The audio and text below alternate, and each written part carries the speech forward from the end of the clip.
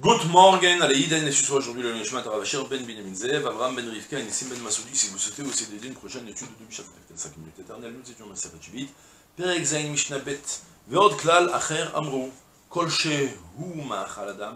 Je suppose qu'il y a des livres où il y a écrit Kol She'eno Ma'achal. On va expliquer la Mishnah en disant Kol Shehu Ma'achal Adam. Peut-être qu'on touchera un mot sur les Gressa du Rambam qui dit Eno Ma'achal, mais ça c'est pas fondamental. Kol Shehu Ma'achal Adam ou Ma'achal Be'ema ou Mimin Asovim ou Mitkayem Ba'aretz. יש לו שביעית ולדמה שביעית, אין לו ביור ואין לדמה ביור, ואיזהו?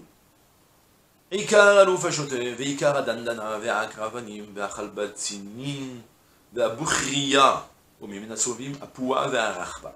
יש להם שביעית ולדמיין שביעית, אין להם ביור ולא לדמיין ביור. רבי מאיר אומר, דמי מתבהרים עד ראש השנה. אמרו לו, להם אין ביור, קל וחומר לדמיין. On a une nouvelle Mishnah avec une deuxième généralité. On avait Klal Gadol, Amrou Bashvit, d'autres Klal Acher, Amrou. Une première généralité, c'est la Mishnah Aleph. Maintenant, la deuxième généralité, c'est le deuxième groupe. Dans le premier groupe de la Mishnah, on avait évoqué, je répète très rapidement maintenant les principes de la Mishnah d'hier, parce qu'on continue encore sur ça avec une nuance. On avait évoqué hier sur quoi s'applique, quel type de végétaux s'appliquent les lois de la Shemitah, et qu'est-ce que ça implique les lois de la Shemitah. Deux points importants. D'une part, sur quoi s'applique, on a expliqué, ce qui est anato ou biuro, zman anato bisman biuro, shat anato bishad biuro, anato bishad biuro, c'est la chose de Gemara. Et que c'est les choses, concrètement, les fruits de l'homme, fruits des animaux ou les colorants. On avait expliqué le principe. Au moment où la chose se détruit, j'en tire profit. D'accord? Ça c'était sur quel type de végétaux s'applique. On avait aussi évoqué l'histoire que la juite, lorsque tu vends la contre-valeur que tu reçois, les dmei juit, ils sont aussi une boutoucha, dmei perot juit, ils sont aussi une boutoucha. On a évoqué le principe du biour. Le principe du biour, c'est quoi? Il y a un moment où il y en a plus, on ne trouve plus ces espèces dans les champs, alors tu ne peux plus les garder chez toi à la maison, tu dois les détruire. Ok? Notre Mishnah maintenant va venir nous continuer la Mishnah précédente. Dans la Mishnah précédente, on a évoqué tout ce qui est les végétaux, les trois sortes de végétaux concernés par la Shemitah, qui ont le biour, qui sont concernés aussi par les lois du biour, parce qu'il y a un moment où on ne trouve plus ces espèces dans les champs. Notre Mishnah vient me dire, et sache qu'il y a maintenant un deuxième groupe, c'est les végétaux qui sont concernés par les lois de la Shemitah, mais que tu les trouves constamment dans les champs, donc il n'y a pas de loi de biour. D'accord? C'est très simple. D'accord? Est-ce que la Mishnah va me dire, votre klal acher amrou, une deuxième généralité, un deuxième groupe a été dit, c'est kol shehu ma'achal adam. Il faut dire que c'est ou ma'achal adam, tous les méfachim expliquent, il faut le dire comme ça. Et le Rambam qui explique ça différemment chez nous ma'achal adam. Quoi qu'il arrive, il faut arriver à la même conclusion et expliquer, faire des petits tours pour pouvoir expliquer le Rambam pour que ça ne contredise pas ce qu'on est en train de dire. Donc on va rester avec le principe kol shehu ma'achal adam ou ma'achal be'ema ou mimin asovim. Donc fruits consommés par l'homme, par l'animal et les colorants. Mais cette fois-ci, on mitkayem ba'aretz. Il reste constamment au sol. Jamais il a une fin. On t'en trouve constamment. Alors, dans ce cas-là, ce fruit-là, yeshlo jvit ou le dama jvit, il est concerné par la loi de la Shemitah, et même la contre-valeur est concernée par la loi de la Shemitah. Par contre, en lo bio, ven le dama bio, par contre, il est plus concerné, lui, par le bio, puisqu'on a constamment, en l'occurrence, les éous. Donne-moi un exemple. Quel est l'exemple? Ikar à louf achoté. Vous vous rappelez qu'on avait parlé du louf achoté, on avait parlé des feuilles du louf. Le louf, c'est le poireau. Il reste, la racine, elle reste plantée dans la terre, il te donne des feuilles. Les feuilles, tu les consommes, c'est un fruit saisonnier, les feuilles, il n'y a plus de feuilles dans un moment. Mais le Icar, qui est aussi consommable, la racine, elle est consommable. Cette fois-ci, cette racine-là, elle reste constamment dans le sol. Elle est toute l'année. Il y en a tout le temps. C'est pas saisonnier. Donc du coup, il n'y a pas de biour.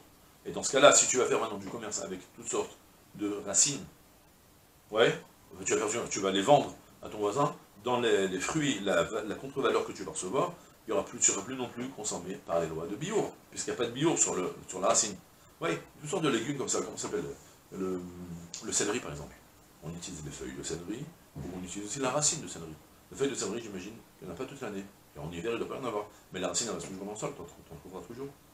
Alors du coup, une chose pareille pour la Shemitah, alors vous retenez le principe. Sur les feuilles, il n'y aura pas de Shemitah, il n'y aura pas de loi. Surtout, il y a les lois de la Shemitah. Ça veut dire que tu n'as pas le droit de faire du commerce, tu n'as pas le droit de les détruire. Mais sur les feuilles elles-mêmes, tu es concerné par les lois du bio. Et sur la racine, tu n'es plus concerné par la loi du bio. Et la contre-valeur prend le même principe que le fruit lui-même ou que la racine elle-même. D'accord? Donc du coup, quels sont les exemples? Ikar à louf achoté, la racine du louf achoté. Ikar adandana, la racine de la menthe, Vakrabanim, c'est encore une autre espèce, alors là, c'est trop fort pour moi, Chalbitzin, c'est de nouveau, c'est par rapport à l'espèce qu'on avait Netz Achalav, regardez Chalav, Chalbitzin, c'est les racines de ce fameux Netz Achalav, Bukhriya, bon ben d'accord, c'est encore un Bukhriya, bien sûr, allez au marché, allez acheter de la Bukhriya, vous allez voir ce que c'est, au Mimenasovim. Et de même aussi, dans les espèces de colorants, alors il y a quoi? Il y a Apua Verarpa. Alors, Baravipou, Uzruya. Verarpa, c'est encore une autre espèce. Ouais, rien à faire avec des mots pareils.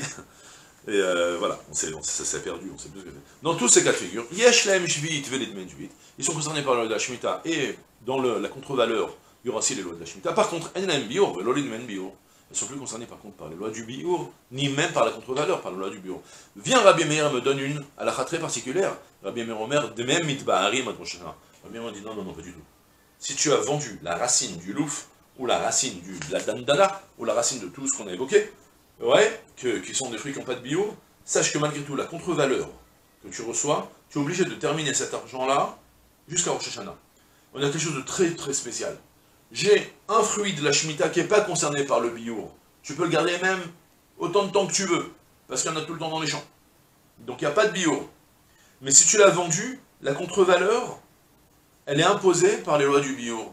De quand? Puisqu'il n'y a pas de biour dans le fruit originel. Ouais, il n'y a pas de biour. Mais non, dans ce cas-là, tu finis jusqu'à Rosh Hashanah de la Shemitah, tu finis cet argent-là. Tu ne gardes pas de l'argent pendant des années sur la Shemitah. Amourlo Khamim, ils ont dit Khamim, on dit mais non, la M, N biour. Kalvachomer les Demen, si eux-mêmes ne sont pas concernés par les lois du bio, comment tu veux que leur contre-valeur soit concernée par les lois du bio? Mais quelle est la réponse de Rabbi Meir? Rabbi Meir a dit, ouais, tu as raison en théorie, que Minatora, il n'y a pas de Gdusha sur la contre-valeur, il n'y a pas de Chova de bio, il n'y a pas de devoir de bio sur la contre-valeur, c'est vrai. Mais je ne suis pas d'accord. Regardez, j'ai deux pièces ici, une pièce de 5 shekels, avec, que j'ai vendu les feuilles du louf, et une pièce de 5 shekels, de laquelle j'ai vendu la racine du louf.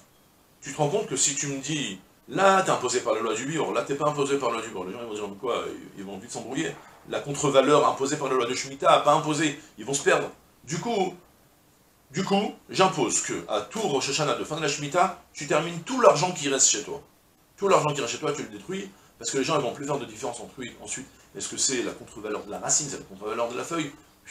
Et ils vont dire, après, ils risquent d'arriver à une conclusion erronée, de croire que les lois de Shemitah ne s'appliquent pas sur la contre-valeur en général. Et c'est faux. C'est que sur les fruits qui ne sont pas concernés par la loi de Shemitah. Pour ne pas arriver à cette erreur, Rabbi Meir a dit, il y aura toujours un biour sur la contre-valeur. D'accord? Bien sûr, la halakha n'est pas établie comme Rabbi Meir. Et c'est tout pour aujourd'hui. Je vous souhaite une journée pleine de Tzlacha Kol Tov.